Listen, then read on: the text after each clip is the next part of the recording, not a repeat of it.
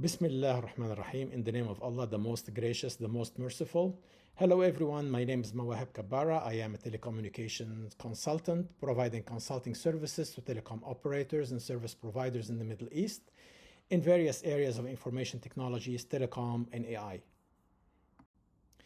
In this video, we are going to discuss the neural networks. It's going to be only an introduction to neural networks. And the purpose of this video is to explain neural networks in a simple way. I know there are many videos available on the internet describing neural networks in various degrees of simplicity or various degrees of complexity. My purpose here in this video is to make it simple and for people to understand while being accurate at the same time. The agenda for this video will focus on what the neural networks are, how the neurons process the information, the parameters, the weights, the biases, the activation functions, and why they matter. We will discuss also linearity briefly, and we will describe how learning happens. So what is a neural network? It is a mathematical model inspired by the brain. It consists of layers of interconnected artificial neurons, which are similar to the human neurons, and we will see this in a minute. Each neuron transforms the input into outputs. The networks learn the patterns from data by adjusting the parameters, as we mentioned earlier, which are the weights and the biases. In order to understand neural networks architecture and how it works, it is helpful to understand how this AI neural network maps to the human biological neuron. Let's take a look at the drawing depicting this analogy below. We see the biological neuron below. We see the cell body in the center, known as soma, and we see the dendrites receiving the incoming electrical signals from other neurons. We also see the synapses, which are junctions where the signals pass between the neurons. Now, what the cell does in terms of action potential is to fire an electrical pulse if the threshold is exceeded. And at the output of the cell body, we see the axon, which carries the output signal away from the cell body. Now, this axon has axon terminals, which releases neurotransmitters to the next neuron synapse.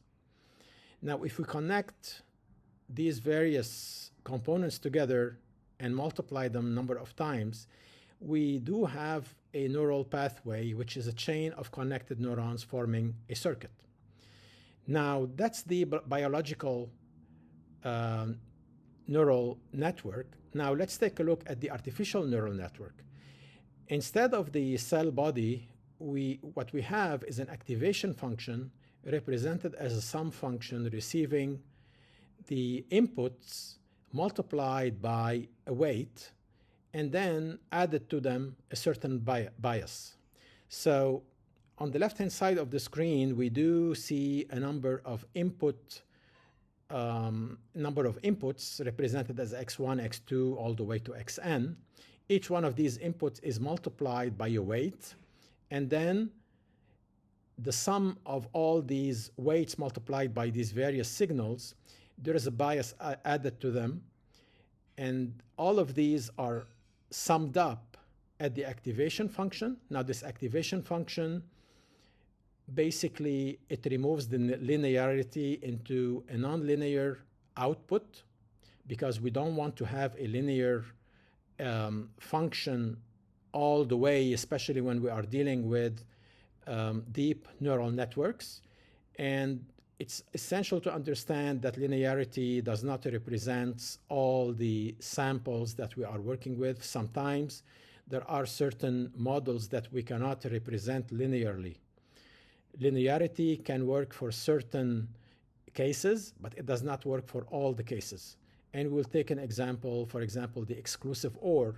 The exclusive OR cannot be represented by a linear function. It needs at least two linear functions to represent it, not a single one. Therefore, the activation function is needed to remove this linearity into something we can process and to gain information about the input-output relationships and how we can predict the output based on the inputs feeding into the neural network system. Finally, an output is generated in the form of a prediction, which is then compared to the actual value that we expect for the system to work properly. If there is a difference between them, then there is an error. We go back and train the model again until this error between the actual output that we want versus the value that the system is predicting goes down to zero or narrows down to a very minimal value. Here is another representation of how the neural network processes the input and how it generates an output. At this stage, and for simplicity purposes, we will assume that the output is correct. We will not be talking about prediction error nor backpropagation. We will only focus and describe how the inputs feed into the neural network and how an output is produced. So at the top of the screen, we see that a neuron receives numerical inputs, such as x1, x2, x3, all the way to xn. Each input is multiplied by a certain weight. Each input has its own weight that can be adjusted through learning, but we will not talk about this at this stage. So each input is multiplied by a certain weight, which is not common to all the inputs. Instead, every input has its own weight, okay? So each input is multiplied by a certain weight, which is different from weights for other inputs, as I mentioned. And then a bias term is added to the summation of all these inputs multiplied by their weights to shift the output up or down. The results of the summation plus the bias feeds into the activation function. The activation function purpose is to remove linearity, because so far the input into the activation function is a linear function, and linear function does not always describe the relationships between the input and the output. Sometimes the relationship is not linear. For example, exclusive OR, truth table. If we try to understand or to feed this exclusive OR table into the system, into the neural network system, there is no single linear function that can accurately describe this exclusive OR truth table, okay? So we do need something like an activation function that removes this linearity. Finally, the neuron produces an output which is passed to the next layer.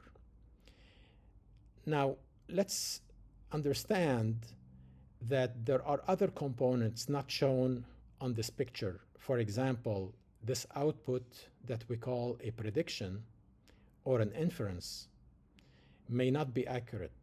So we may go back through a process called backpropagation, and then we try to narrow down the error of the output until the output generated by the model is correct.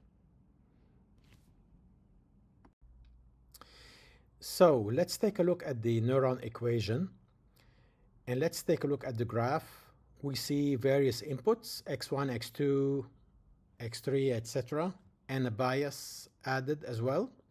All of these inputs are multiplied by their weights. So x1 is multiplied by weight 1, x2 is multiplied by weight 2, x3 is multiplied by weight 3, and so on and so forth. And then a b is added to the entire summation, and then they feed into the activation function. Now, before they feed into the activation function, let's call this Z, okay? So Z is equal to W1x1 plus W2x2 plus W3x3, etc., plus B. This is a typical linear equation that everybody is familiar with. Then Z feeds into the activation function, so the output is a function represented by the activation function, and it acts on Z, which is the input into the activation function. Now the weights, as I mentioned earlier, the weights, they control the input importance. Some input, they do have more importance than other inputs. So in this case, for example, X1 might have a weight of 0 or near 0 because it's not important, while X2 can have a large W because it's more important. And when a W is large, it means this input has a direct impact on the output or on the predictability of the output or the inference. And then the bias shifts the entire summation up or down for the activation threshold. The weights and biases are called parameters. So you hear about models that use 30 billion parameters. This is what they are talking about. They're talking about weights and biases. The parameters start with random values. And then these parameters, they get adjusted as the system learns. We will see in later videos how we train the model to predict properly. As we train this model to predict properly, the parameters, they get adjusted to predict accurately. So the parameters are the learnable values in the model, and they get adjusted through training. The weights determine how strongly the inputs affect the output, and I gave an example in the previous slide. So if X1, for example, has a negative weight, then it really does not have a big influence on the output. While if X2 has a positive weight, especially if it's a large weight, then it has a direct impact on the output, and it has a strong influence on the output or the inference or the prediction that we are making. The biases, they allow flexible shifting of the neural behavior. And in certain models, in most models actually, you will find multiple neurons, not a single neuron. There will be multiple neurons, there will be multiple layers. There can be an input layer, a hidden layer, multiple hidden layers, and then an output layer. So these neurons' behavior sometimes need to be shifted up and down, especially when they are summed up at the output. Usually we start with a blank neural network that is not trained. As I mentioned, the weights and biases start with random values, okay? Now these random values definitely will predict the wrong output, okay? This is definitely not acceptable because it defeats the purpose. Why we're doing this? We're doing this to predict properly. So how do we make the neural network predict properly? Through training, okay? So we train the system to predict properly. How do we do that? We do that by feeding into the neural network something that we call a data set. A data set is made of multiple examples. Each example has a number of input and an output. So when we feed all these inputs into the neural network, at the first time the network processes the input, it will generate an output. We compare this output with the actual output in the dataset. If it's equal, then we are very lucky the system predicted the first time around, which is not the case. Almost all the time, it's not the case. There will be an error between what the model is predicting and what the actual value in the training samples are. So what do? We look at this error, and then we use a process called backpropagation, where we go back and we adjust the values of the weights and the biases, and then we run through the model one more time. We take a look at another prediction, and we compare it with the value in the training examples. There will be another error. Now this error compared to the previous error can increase or decrease. This tells us which way to go. Should we increase the weight? Should we decrease the weight to minimize the errors. We need to know how we are progressing in terms of prediction accuracy. Okay? So, there is a backpropagation process which I will describe in separate videos. And this backpropagation process uses something called a gradient descent, which is a derivative at certain points on the loss function compared to the various weights we are using in the model. The gradient descent and backpropagation are used for optimizing the neural network model. We will describe this in more details in other videos. Don't worry if you don't understand it at this stage. So as we mentioned, activation functions introduce nonlinearity to the AI model because not all input-output relationships are linear. Without the activation functions, deep networks collapse into a simple linear models because it's a linear equation at the end. So we need activation functions to introduce nonlinearity to help in the decision making and to be able to understand complex patterns and to make decisions accordingly. In the real world, the relationships between input and outputs are not always linear. On the contrary, most relationships are not linear. Imagine we want to build a model for image recognition, language understanding, or even curve. We can't expect linear models to represent such relationships. We already explained how the inputs x1, x2, all the way to xn are multiplied by certain weights and then a bias added to them. And then the sum is aggregated before the activation function. This is a linear model. So no matter how many linear models we cascade together, if all these models are linear, we're going to end up with a linear model, even if it's 5 or 10 or 15 or million stages. So a million stage linear models will result in a linear model. And as we discussed, this is not suitable to represent all the relationships between input and output because not all input and output relationships are linear. So linear layers alone can only learn linear relationships and are not suitable for anything else. Stacking multiple layers transformations still produces a linear transformation. The network should fail to learn complex tasks such as image classifications, speech processing, curves, circles, etc. Some common activation functions, these are the mostly used ones.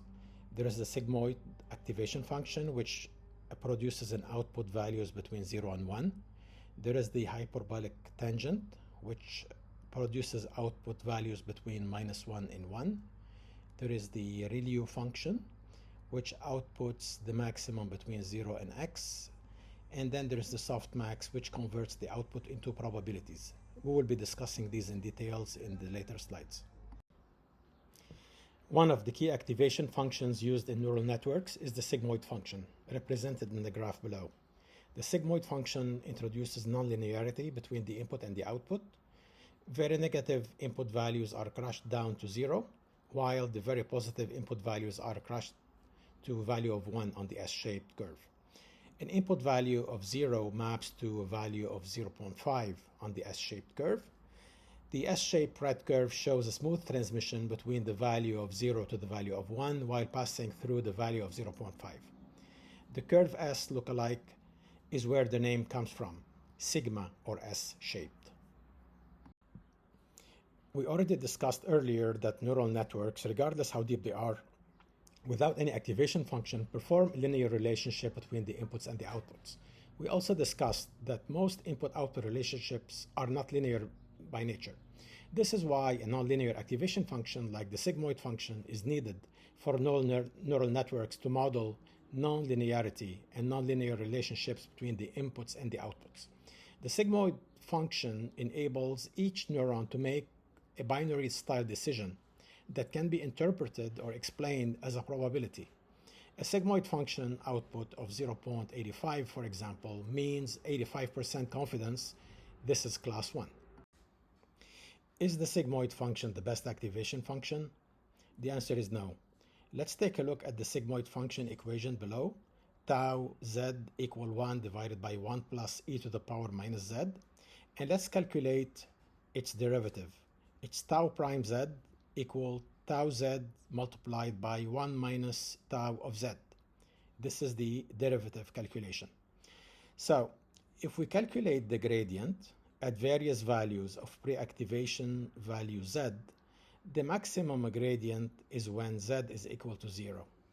At this value, the sigmoid function tau is equal to 0.5. Just try it. Just plug z equal to 0 in the formula tau of z equal 1 divided by 1 plus e to the power minus z. So if z is 0, then the denominator becomes equal to 1 plus 1 equal to 2. And then tau of z is equal to 1/2, which is 0.5. So if we plug the same value into the derivative function, then we get the value for the gradient of 0.5 multiplied by 0.5, which is 0.25. So 0.25 is really the maximum value for the gradient that we can get. Okay, so all the values for the other gradient values, depending on the value of the pre-activation z, are much less than 0.5. Take a look at the calculations below. For example, for z equal to 2, it's 0.105, z equal to 5, 0.007, and so on. So they are very small numbers. So the sigmoid function in general, as the pre-activation value z gets larger in either direction, whether positive or negative direction, these values on the sigmoid curve, they get crushed to either 0 or 1. And we call this that the sigmoid function is saturated. So there, the gradient collapses down to near 0. This is known as the vanishing gradient problem. Semantically, the neuron that saturates at either 0 or 1 passes almost no gradient values. Look at the values of the gradients. Very, very small numbers, almost 0. What this means is that the neuron learns almost nothing. Since the vanishing gradient problem in the sigmoid function means practically that its capabilities to learn in the hidden layers is quite limited. This is why the rectified linear unit function replaced the sigmoid function in the hidden layers of neural networks. We still see, however, the sigmoid function being used in the output layer due to its probabilistic calculations capabilities. Functionally, the rectified linear unit function acts on the pre-activation value z and enables this value z to go through as is, unchanged, if z is positive, while if z is negative or equal to 0, then the rectified linear unit function sets the output to 0. The rectified linear unit function works quite well for deep networks, such as networks that have multiple hidden layers and output layers as well. The gradient in such networks is either 0 for when the preamplification value z is negative, or it's 1 if the preamplification value z is positive. This is quite a key advantage over sigmoid. And during the back propagation, multiplying by 1, what this means is that the gradient passes through the layer completely unchanged. No shrinking, no vanishing gradient problem. This is what allows very deep networks, so 50, 100, or even 1,000 layers, to actually train. Also, from a computational point of view, the sigmoid function uses exponential and consumes more cycles and more CPU on the computer, while when it comes to rectified linear function, it's quite simpler and uses much less computation resources. We talked about neural networks a lot. We mentioned neural networks many times. We mentioned hidden layers. We mentioned input layers. We mentioned output layer. So this is as simple as it gets. Let's take a look at this graph below. We see in green the input layer. This is where the x1, x2, x3, xn goes in. Then we have the hidden layer. This is where the preamplification values, for example, the Z's I mentioned before, they go in to the hidden layer. And then there is an output layer aggregating output from all the hidden layers. This is the very simple network for neural structure. This is a more practical, more realistic neural network model comprising 3 layers. The first layer is what receives the input. This is where the x1, the x2, xn inputs are fed into the system. This is where the respective weights are applied to the inputs and then a bias added to them. This results at each neuron with something that we call the pre-activation value Z. And this is fed into the activation function, which, as we discussed earlier, can be the rectified linear unit function, for example. The output of the activation function is then fed into the second layer. The second layer now, this is where the hidden layer starts. Now, for the hidden layer, it doesn't have to be only like one layer. It can be multiple cascaded layers, actually. So in this slide, we see only actually one second layer, one hidden layer, and it has the exact same structure as the first layer. We always have inputs fed into the input side of things, weights assigned to each input, and then there is an aggregation happening at each neuron and a bias applied, and then there is an activation function happening, can be also rectified linear function. We can repeat this process multiple times in the hidden layer, and then once we're done, we can feed the output into the third layer, which is the output layer. The output layer is not different. It has the exact same structure, actually, except that here for activation function, we can use the sigmoid function because of its probabilistic calculation capabilities. So how do neural networks learn features? The early layers, they detect the simple patterns, the most primitive visual signals, such as oriented edges, color gradients, or contrast boundaries. So they can tell, like, this is the beginning of a horizontal line, of a slope line, etc. The middle layers are like the early layers, but they use more spatial, they have more spatial intelligence, and they combine these edges into more complex structures. So they can recognize things like corners, curves, and texture patches. Okay. The deep layers, they assemble all those shapes into something semantic, into a meaning, into something they can identify. So meaningful concept. So the deep layers, they can identify, for example, so they can say, this is the face of a dog, or this is the face of a cat, or this text spells a word, okay? What makes all of these things tick is the activation function. So we have a number of layers. We have the input layer, multiple hidden layers, and then output layer, and there are activation functions deployed in each one of these layers. And these activation functions, they create this hierarchical representation. So where do we use neural networks? What are the applications of neural networks?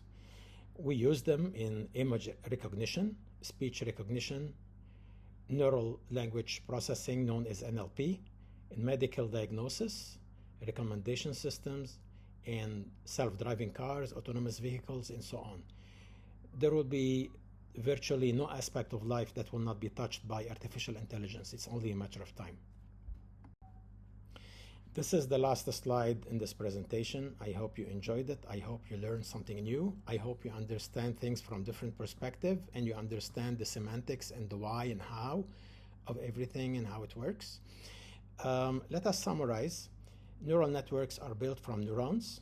The weights and biases, which we call parameters, these are learnable parameters, meaning that they are learned and adjusted through training. The activation functions, such as the sigmoid, such as the ReLU function, they're essential for learning complex patterns. The backpropagation process adjusts the parameters, such as the weights and the biases during training. Deep learning powers many modern AI systems today, and in the future, we will see more uses of AI. I hope you enjoyed this video. If you like it, please click on the like button. And if you have any comments or questions, please feel free to leave it in the comment section. Thank you, and looking forward to see you in the next video.